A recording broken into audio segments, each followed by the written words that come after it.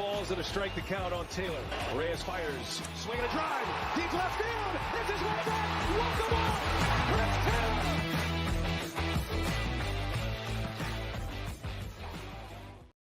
What's up, everybody? Welcome to DodgerHeads Live, presented by DodgerBlue.com, part of the Blue Wire Podcast Network. My name is Jeff Spiegel, joined tonight by Scott Geirman. Scott, we just hopped off the playback. The Dodgers win 5-2. A little bit more of a sweat there at the end than we were expecting, but overall a pretty comfortable win for the Dodgers tonight.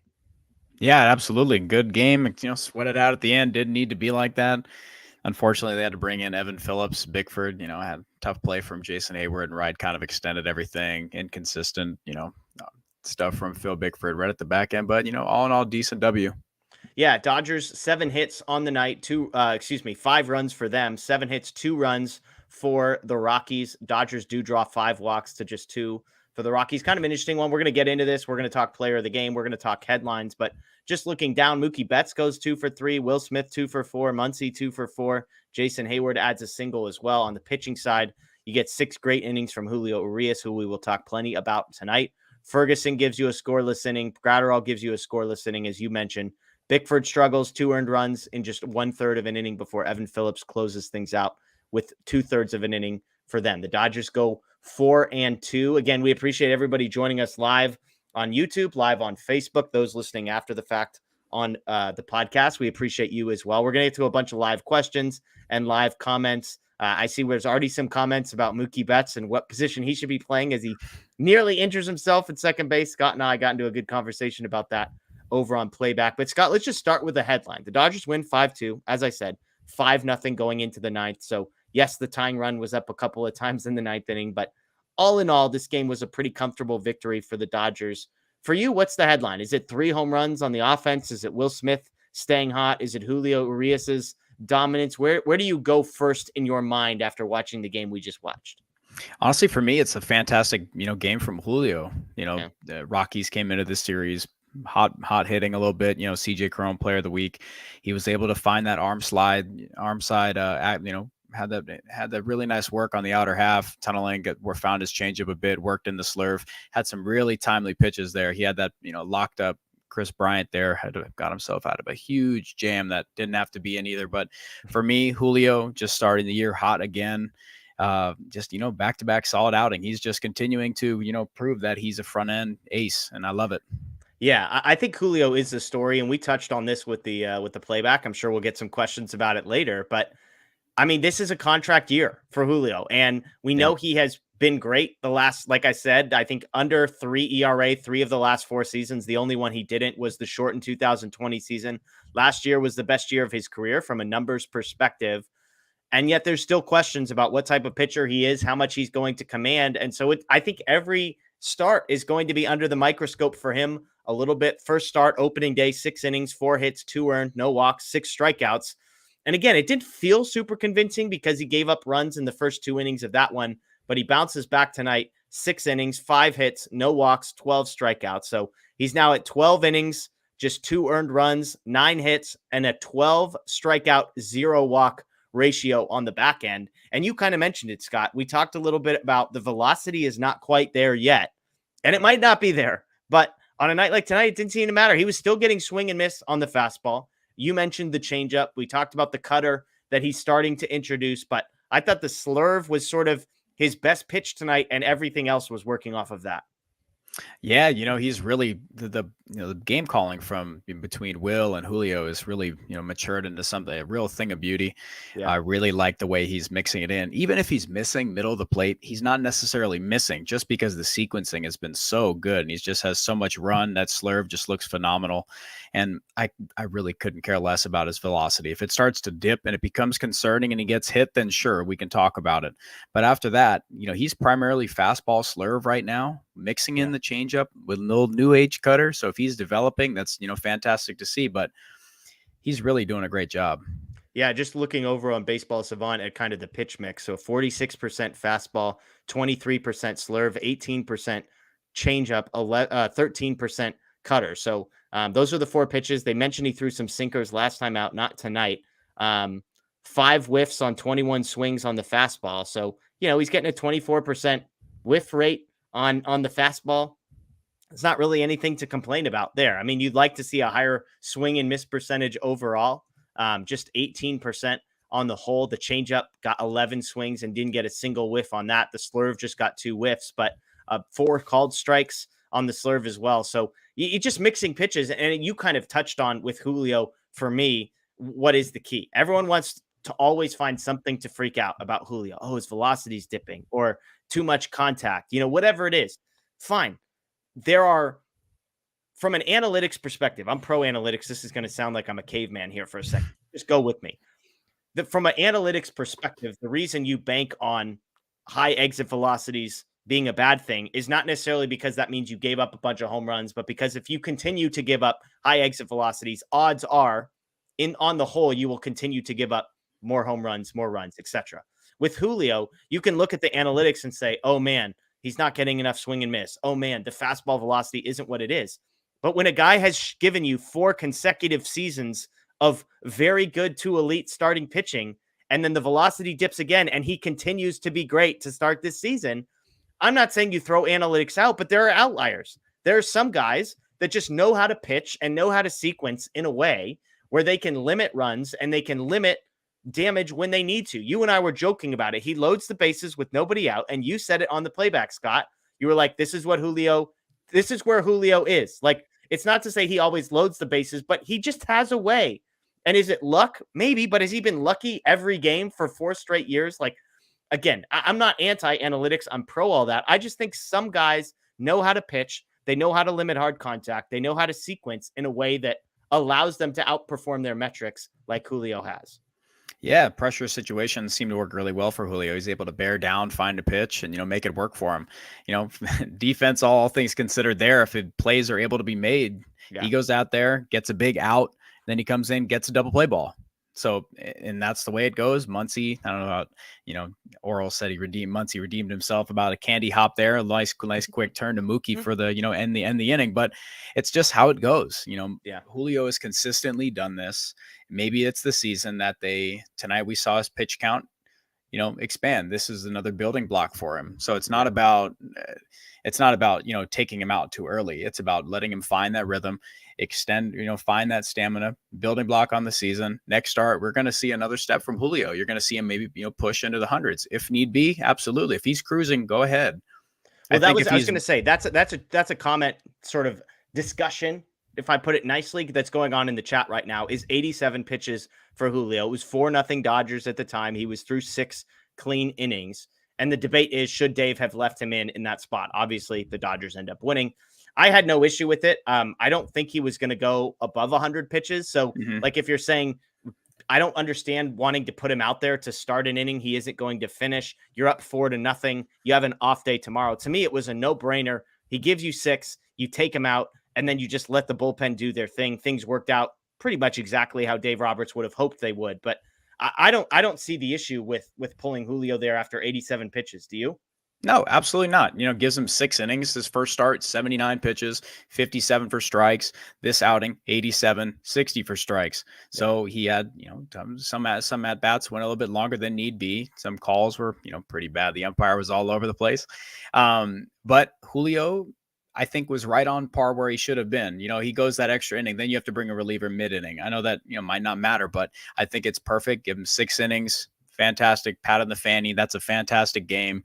Move on. And it's just superb. Hand it to the bullpen, who consistently is going to perform. So I have no problem with that. I think he's just right where he should be. 87 pitches this point of the year. And he's been pitching. He's been built up. He was pitching in the WBC. So let's not act like Julio hasn't been game ready for a bit. I think this is a perfect outing for Julio. Yeah, and people comparing this to Dustin May going 7. Dustin May completed 7 innings and 84 pitches, so his pitch count was actually lower than Julio Urías's. Dustin May, obviously, from a health perspective, in a very different place than Julio, but just something to keep in mind. Yes, one guy pitched 7 innings, but he actually threw less pitches than Julio threw. This was Julio's second start, so yada, yada, yada.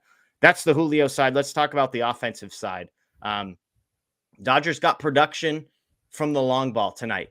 Jason Hayward, Max Muncy, and Will Smith all hit home runs. Will Smith, his 3rd home run of the season, that was in the 1st inning. Jason Hayward's was in the 3rd inning, and then Max Muncy in the 4th inning. Will Smith's was of the 2-run variety. The other 2 were solo shots. But I mean, that's the Dodgers offense right now. They only get 7 hits, yes, 5 walks. So overall, I would say the offensive production was fine, but you get home runs from Smith, who's red hot right now. Max Muncy, who it's good to see him get a home run, his first of the season, and Jason Hayward. Now, I believe that's back-to-back games with the home run for Jason Hayward. I loved the stat. Jason Hayward's home run tonight, if it had taken place in last season, would have been the hardest hit ball the Dodgers had all last year. So Smith, Hayward, and Muncy hit home runs. What were your thoughts on the Dodgers offense tonight, Scott? I thought the offense, from long ball standpoint, it was really good to see this offense hit meatballs up in the zone, and that's all 3 of those pitches were elevated pitches, and they drove them out of the ballpark. Hayward, just a surprise. You love it. You're going to take whatever you can from him. Minor league contract. It's good to see Max get off it a little bit. It's good to see anything from him other than a strikeout or a walk. So it's good. Find a rhythm. Big second half last year, Hayward, but Will Smith continuing to do what he's done the entire, this short start to the season. So I'm going to piggyback what I said. I want to see what people have to say in the comments about that. But Will Smith, her 30 home run season, possibly. Yeah. I mean, he's on an incredible pace so far. And if he moves up one spot in the lineup to the 3 hole, he's going to get a lot more RBI opportunities, and I think it's perfect for him. Yeah, let's pause the hitting conversation real quick. Matt posting this in the chat that Dave Roberts just now, Mookie Betts getting treatment on his knee. If you didn't see it, I believe it was the 8th inning. Mookie Betts, the final out of the 8th inning, goes backwards. Maybe it was the 7th inning. But regardless, one of the last few innings goes out from second base to field a pop fly. Poor communication between him and Jason Hayward. Jason Hayward ends up sliding. Mookie Betts kind of collides into him. Looked like Mookie Betts was slow to get up, ends up jogging off the field, stays in the game, scores from second in the 9th inning there as well. But Dave Roberts now saying Mookie Betts getting treatment on his knee. I mean, we can't really add anything to that, Scott, other than that. Obviously, this would be tragic for a Dodgers team that feels like, the season is obviously young, but it feels like they're in a good spot right now. Yeah, that's tough news to see. Mookie Betts was able to score on that, and it did look like he was kind of favoring that leg. And now we know that it's a knee, which is extremely concerning. So hopefully that's just, a minor deal, and it's kind of just wait and see mode. Same thing with Miguel Vargas. We'll kind of have to see. It's just super unfortunate. Yeah, Vargas, of course, if you missed it, late in a blowout last night, takes a pitch off of his thumb, was reportedly available to pinch hit, but not to, didn't start tonight. The reports were that it hurts him when he's fielding and throwing, but swinging a bat doesn't bother him. So whether or not he ends up going on the injured list to be determined. But again, if you missed it from Dave Roberts, Mookie Betts currently getting treatment on his knee post-game.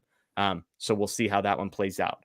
Back to the offensive side. You talked a lot about Will Smith, Max Muncy, Jason Hayward. I mean, let's go through those 3 guys individually. You talked about it. We got asked a question. Does Will Smith hit 30 home runs this season? I believe his career high is 25. My concern was simply playing time. He only played, I believe it was 106 games at catcher last year. They do have a full-time DH. So does Will Smith get the extra 30 to 35 appearances at DH like he got last year? If he does, he would still need to hit 6 more home runs than he hit last year. So I obviously love Will Smith. I'm pro Will Smith.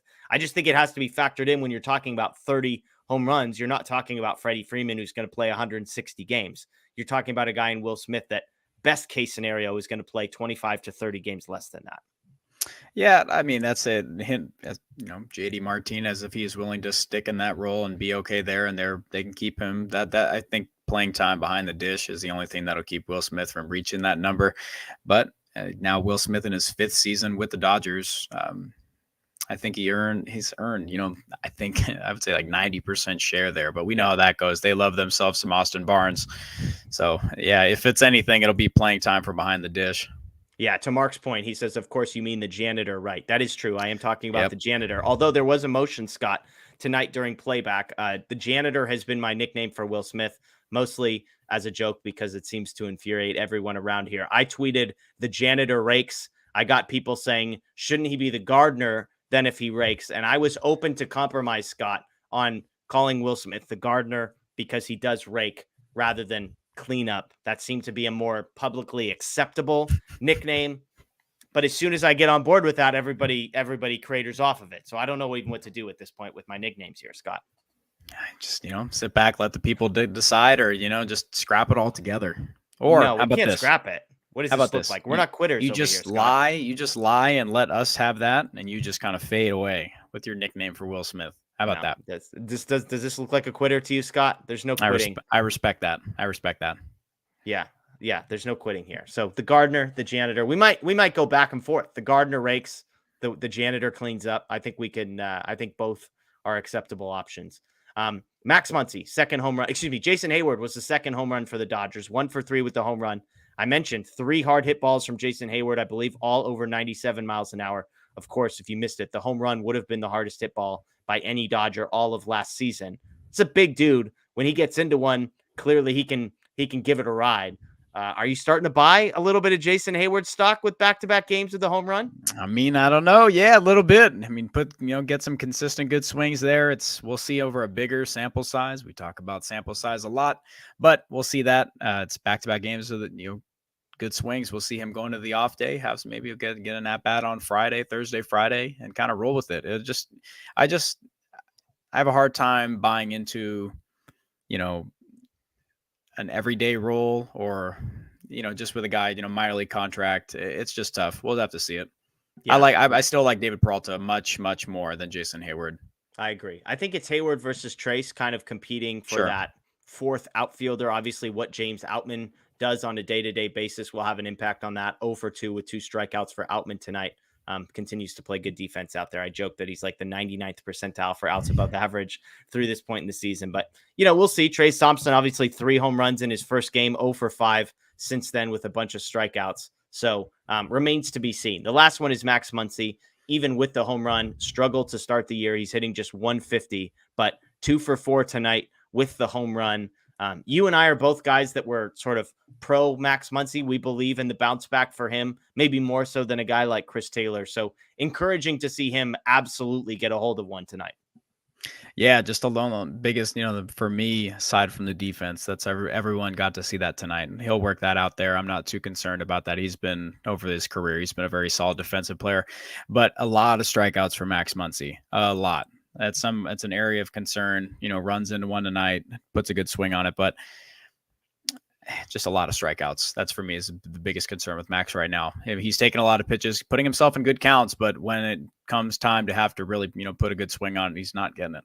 Yeah. 2 for 4 with 2 strikeouts for Muncy. That brings him up to, I believe, 11 strikeouts in 20 at bats. So not great. I laughed at this question. Craig wants to know more home runs this year, Jason Hayward or Cody Bellinger. I mean, Bellinger's going to play every day. If Jason Hayward hits more than Cody Bellinger, we've got massive, massive problems. Yep. Or a career year from Cubs. Jason Hayward. That's true. That's true. One or the other. All right. Let's get to, there was one other storyline that's kind of getting brought up in the comments here. Ederico mentions, sorry, Mr. Scott, but Muncy has never been known for his defense. Okay. You and I were both critical of Max Muncy tonight. I would say, I won't speak for you. I think Max Muncy has been underrated as a defender historically. I think he was better at first base than he got credit for. I think he played a really competent second and third last year. He struggled tonight. Could have been, he got one error. There were 2 other plays he should have made. There was a couple plays last night that he should have made. So it's been a rough stretch for Max Muncy. We both like the offensive profile. Are you worried about the defensive profile? For now, absolutely. Until he shows he can figure it out. Yeah. I mean, might take some work between games, offseason. I don't know what he did in the offseason. I don't know why he had such a regression, but he taking over that full-time third base. It's been a rough start. I'm not sure. Ederico, that Max Muncy has been historically with the Dodgers a very solid defender, and that's even at second base. People were even talking about him playing second base if Miguel Vargas didn't take over that thing. But I don't know. I don't know what's going on with him. Yeah. I'm not worried, to answer my own question about Max Muncy over the third. I think he'll figure it out. Tonight was not great. Obviously, there's no sugarcoating that, but we're hopeful that this is a blip and that he ends up figuring some stuff out there before long. Let's do this. Let's get to our player of the game segment here, Scott. Then we'll get to some questions. We'll talk preview of the game not tomorrow, but the series against Arizona that's coming up. Let me just run through some stats real quick as we think about the player of the game. Throw yours in the chat. We'll get to those as well. Mookie Betts, 2 for 3 with 2 runs and a walk. Will Smith 2 for 4 with a run, 3 RBIs. That was a big home run from him. And he had a double. So a double and a home run, 3 RBIs for Will Smith. Max Muncy 2 for 4 with a home run. Jason Hayward 1 for 3 with the home run. On the pitching side, you've got Julio 6 innings, scoreless, 5 hits, no walks, 6 strikeouts. Scoreless inning from Caleb Ferguson. Perfect inning from Brusdar Graterol. Evan Phillips closes the door after Phil Bickford struggles. This one seems pretty easy to me, Scott, but who's your player of the game tonight? I'm going to say Will Smith. I'm going to say, anchoring that middle of the order offense. Yeah, I know. And we talked about Julio. We gave him a lot of praise, and he gets his own. But, it's a very close 50-50 there for me, honestly. But I'm going to say Will Smith, 3 RBIs. We really need that timely hitting. And he's been there, for the first few games, just really shown up. And he's the guy. This is the year he takes a step. Yeah. I thought this was going to be a runaway for Julio. We've got 2/3 of the people in the chat going Will Smith. For me, it's Julio. I mean, 6 innings, 5 hits, no walks, 6 strikeouts. The guy was absolutely dominant. The Dodgers built a 4-0 lead. And aside from, the 1 inning fueled by some Max Muncy antics out there, Julio was in absolute control. So for me, it would be Julio Urías and pretty comfortably. And look, I'm not going to Will Smith. I think you could make the case for Will Smith, extra base hit and the 2-run home run, 3 RBIs. Like, you're not going to get any complaints from me on Will Smith in general. As Daniel says, Will Smith is absolutely on fire. He is. And I said, we had our show Sunday night, Scott, and I said, Will Smith due for a career year. That was my sort of overreaction to the beginning. You think he's going to get 30 home runs? That would be a career year. But just looking at tonight's game, I've got Will Smith with the silver medal, Julio Urías with the gold medal. Who do you got next on that list? Is it Max Muncy? Well, it can't be Max Muncy, right? He was 2 for 4, probably the other best offensive night, but he gives you 2 strikeouts and a few errors. You go Mookie Betts, 2 for 3 with a pair of runs and a walk. So if your one is Julio, and then your Julio, 2, so Will Smith. Got it. Yes. So for me, it's just I'm going to go close 1-2 with Julio. Julio. It could have gone either way. But after that, oh man, bronze medal. Who else is standing on the podium? It's got to be Mookie. 2 for 3 with a pair of runs. It's gonna be Mookie. Gets multi-hit game and a walk. Plays solid. Had some nice turns there at second base. Stayed in the game. Yeah, it's tough. I'm just really concerned about Mookie. Yeah. You were big on the turn, the Mookie Betts turn from second base. Yeah, man. It's good to see him. You should be too. You want him in the infield so much. That's not true. That's a lie. I want him playing shortstop, but that's not going to happen. I don't want him playing second base. So yes, shortstop is in the infield, but I'm not a big second base guy there. So and Deuce says Jason Hayward hit the ball hard 3 times. He also might have sprained Mookie Betts' ankle, so that eliminated Jason Hayward from contention. He and Max Muncy are down at the bottom. The errors from Muncy, the potential injury, they wipe out the home runs for those guys. Give me a couple of those other people ahead of those two. Let's get to some questions before we chat about, again, Dodgers off day tomorrow, and then they get the Diamondbacks back in town. A lot of the same pitching matchups we already saw once, which is good news because the Dodgers did all right in a couple of those games, I should say. We get to see Mad Bum. That's the good news. But any questions you want to throw out there? Scarlet and Blue asks, why CT3? So Miguel Rojas, I believe Matt threw it up in the chat here, is dealing with a groin injury and likely won't be back until Friday at the earliest. That was a report from Dave Roberts. So Chris Taylor expected to be the shortstop for the foreseeable future. Taylor 0 for 3 with 2 strikeouts tonight. That brings his batting average down to 0.71 with an 0.67 on base percentage. Chris Taylor, any concerns that we had coming in, Scott, have not been put to sleep. Yeah, no, I'm still out on Chris Taylor until he can show that he's not going to swing or strike out at such a high clip.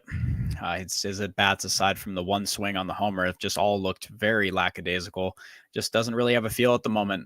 Hopefully he's still not dealing with the lingering neck issue, a couple things that were ailing him last season, but it's just really difficult to watch CT3 do this, considering he's such a rhythm and timing guy at the plate. He just looks like he's absolutely lost. So I don't know the remedy for him. And it's unfortunately Miguel Rojas dealing with the groin. We're going to see CT3 at shortstop. Played well defensively. I'll give him that. Yeah. 2 days in a row. Made a nice sort of diving stop sort of slide backhand. Also had a great turn on a poor throw from Mookie Betts on one of the double plays there as well. I just threw that in there. Just got not even listening to me. Otherwise, he would have reacted to that one. But so good defense there from him. And I mean, if he gives you competent defense, then we're comparing the offense to Rojas, which is not great. THP says, I thought Mad Bum was scratched. Everything is fine, set for next start. That was the quote for Madison Bumgarner today. So has not been placed on the injured list yet. I know there were rumors of that. So monitor that the next couple days. We'll see if he actually does make that start for the Diamondbacks against the Dodgers. Alleluia One asks, question, is it too early for all-star predictions? 5+ for me. It's never too early, Alleluia, because I believe one of my bold predictions last year was that the Dodgers would set the team record. That was before the season. I was making that. So Scott, is it too early for all-star predictions? Yes. Yes. Okay. Well, Scott says yes. I say no. Give me Will Smith at catcher. Give me Freddie Freeman at first. Give me Evan Phillips in the bullpen. Give me Julio Urías. Give me Clayton Kershaw. There's 5. Mookie Betts. Give me 6. 6 Dodgers. So I'm going Smith, Freeman, and Betts. Give me Evan Phillips out of the bullpen, and give me Mookie, Clayton, and Julio as all-stars. Your thoughts? As a guy who doesn't sit on the fence. I'll co-sign those. Okay. I'll join those with you. Yeah. Okay. I'll say we'll just go there. I'll join you on those. I like that. Go. Only one I would say is possibly Evan Phillips. That's it. Yeah. I'd say Phillips is the longest shot. And I hesitate. It feels like Mookie and Freddie Freeman. I mean, those guys are going to get a lot of fan votes just naturally because they're in LA and because they're big names. But if you told me one of the two didn't make it, that would make sense. And I guess same with the pitchers. But yeah, I think 5's a good number. That gives you flexibility of whether it's Phillips dropping off or whether it's, maybe Miguel Vargas, James Outman, maybe you get a surprise guy making an all-star run. Who knows? Never know from there. Daniel M., who do you want as closer? Well, I think this question, Scott, has pretty much been answered in the first 2 days because the only guy who hasn't given up a run is Evan Phillips. Yeah. Until Daniel Hudson comes back and kind of reestablishes himself, it's looking like Evan Phillips, but by committee. But if you want me to say one, Evan Phillips, but until Daniel Hudson gets back, finds his groove, I'm still going to say Hudson in the long run. But for now, we'll say Evan Phillips has the highest leverage reliever the Dodgers have right now. Yeah, the update today, Dodgers manager Dave Roberts said Daniel Hudson's knee isn't recovering the way that the team had hoped. He had been throwing at the complex in Arizona, made little progress towards a recovery. No timetable for his return. Likely will remain without one until the knee shows signs of improvement. I'm with you. I think Phillips is the highest leverage reliever. Do I want him as the closer? No, I'm a believer in put your best reliever in the biggest spot. Yes. Who do you have as the second reliever behind Phillips right now? Vesia struggled. Almonte probably has been the best. I like Yency, man. I mean, he gave up some runs yesterday. That's okay. I know with the one time we talked about the bullpen, we actually remember we left him off and we were like, we can't believe we did this. We can't believe we left Yency out. So I'm going to say Yency. He's got, fantastic stuff. I'm going to stick with him. I really like if once Vesia figures it out, we're really high on him. I think he's, mentality wise approach. I think that he really can have a spot once he finds his rhythm. He'll be okay. Yeah, no, I agree. Yeah. I had Vesia as the number 2 reliever. Man, in the chat, they pointed out we missed somebody as an all-star, Daniel. Scott, I said Daniel because Daniel had the bold prediction of Dustin May as an all-star. So Dustin May's first start starting to look like an all-star. So Deuce says Code Red and all-star. I think that's a great call. I think 2 starting pitchers from the Dodgers make it. How about that? Yeah, that's pitched to a lot of contact. He didn't have the strikeout numbers, but that's all right. Give him the length. 7 innings, scoreless, but just four strikeouts, as you mentioned. If he limits the walks, we're going to see that step. We're going to see the one we wanted. Yeah, absolutely. All right, looking through for some more questions here. Sal says, didn't see improvement from Gratterall since 2021. Time to end his tenure with the Dodgers. Now he still has value. Better trade him early. I don't know if he really has value that you're thinking of if the Dodgers are going to get rid of him. I think other people are seeing the same thing. I don't know. I can't imagine they would move him, but Yeah, for me on Bruzdar, I think that there's a better chance if they're going to trade him. It's at a low because teams can see these metrics too. He's not missing bats. Like they're not dumb. Like all this stuff is public and available, and these front offices understand who Bruzdar is. He's has incredibly hard velocity, hard stuff, but he never developed that swing and miss pitch. He tinkered with it a little bit in the last few years, but nothing that's really stuck, and he might just not have a feel for it. It's because he doesn't really use his entire body. It's just a very rough motion to watch. Yeah. So he'd have value because he has a lot of team control, but there's no value for the Dodgers to move him like that. I think there's a better chance that they try to develop him some more before they cut bait and just sell low, in my opinion. Yeah, I believe Fangraphs has that he has 2 more option years. So I think the far more likely scenario is they send him down to the minors and say, hey, time to figure something out, and just they've got plenty of arms in the bullpen. I mean, once guys start to get healthy, especially, they'll have even more arms. So I would say far more likely that they end up optioning Bruzdar and than that they would end up trading him. Yeah. So we'll see. Yeah. All right. Well, let's get to Dodgers probable pitchers coming up. As we've said, Dodgers have an off day tomorrow, Wednesday, and then we're back on the mound Thursday, Friday, Saturday, Sunday against the Diamondbacks before heading up to Oracle Park to face off with the Giants. Looking at probable pitchers. Oh, I hate MLB.com is always the worst with this. That's okay. Merrill Kelly and Dustin May. Dustin May and Merrill Kelly. And then beyond that, we've got Kershaw, Bumgarner slated for Friday night, Syndergaard, Davies for Saturday, and Grove versus Nelson on Sunday. That's according to ESPN.com that projects out a little bit further. But May, Kelly, Kershaw, Bumgarner, Syndergaard, Davies, those are all matchups we've already seen. Grove versus Nelson would be the new one. Dodgers took 2 out of 4 against the Diamondbacks. They lost these 3. They lost 2 out of these 3 matchups. They lost Dustin May's start. They lost Noah Syndergaard's start. They won Clayton Kershaw's. So heading back in against on the road against an Arizona team. Scott, how you feeling about that one, having seen them once already? I think that, if the Dodgers move away from the feast or famine against the Diamondbacks, they play a fun brand of baseball. It's a lot of the same mentality, same approach at the plate. We're going to kill you with the speed, steal those extra bases. And that's what you do when you don't have the premier talent. You take what's there. So Diamondbacks have definitely shown that they're going to try to maximize everything that they have with their offense. And, they've been, really competitive. The comeback win again today. They would have taken the first 2 against San Diego just the past 2 days, or they took today. They would have had yesterday if they didn't blow it with the not having an actual closer in their bullpen. So the Dodgers had boom or bust, just like we've seen in recent years. They should have taken, I believe, the Syndergaard start 2-1. They lost that game. 4, you could argue. All 4. Yeah, absolutely. So if the Dodgers can play consistent baseball on the offensive end, drive in those runs, get on base instead of, feast or famine, I think they'll be all right. I'm not going to say a sweep, but the expectation is that they can play better than they have if they even play, more towards the mean, and that'll be all right. 1 or 2 extra hits, as always, can change it, and I think that's what will be the difference maker. Yeah, I mean, Dodgers allowed 7 runs in 4 games against Arizona. Yeah. They just lost 2 of those 2-1, which was the tough part for the Dodgers. So I'm with you. I mean, you look down that matchup line, Merrill Kelly, okay, he's fine. Bumgarner's washed.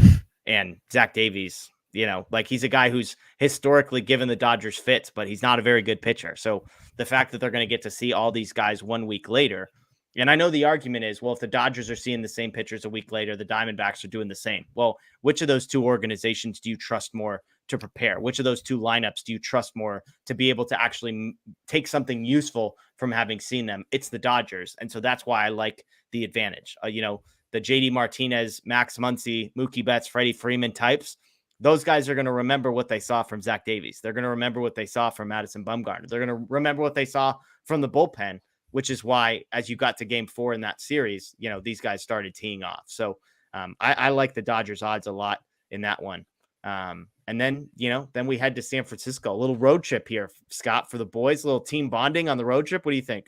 Yeah, I need that. It's the first road trip of the season. It's good to get these NL West matchups out of the way because the schedule changes. You're going to see some random matchups throughout this season. So all the division matchups mean that much more because there aren't as many this season. Fans will notice that, and maybe they won't, but all these individual matchups with these teams, that's why the front loaded schedule with the Diamondbacks is people, it's a lot really early. So you got to get on them early, get a little bit of lead there and kind of, pad the division a bit. Yeah, absolutely. Absolutely. Well, folks, that'll do it for us tonight. Dodgers win 5-2. That's the important part. They beat the Colorado Rockies, almost a 5-0 shutout, but bullpen gives it away a little bit there at the end. They win 5-2, still a comfortable victory.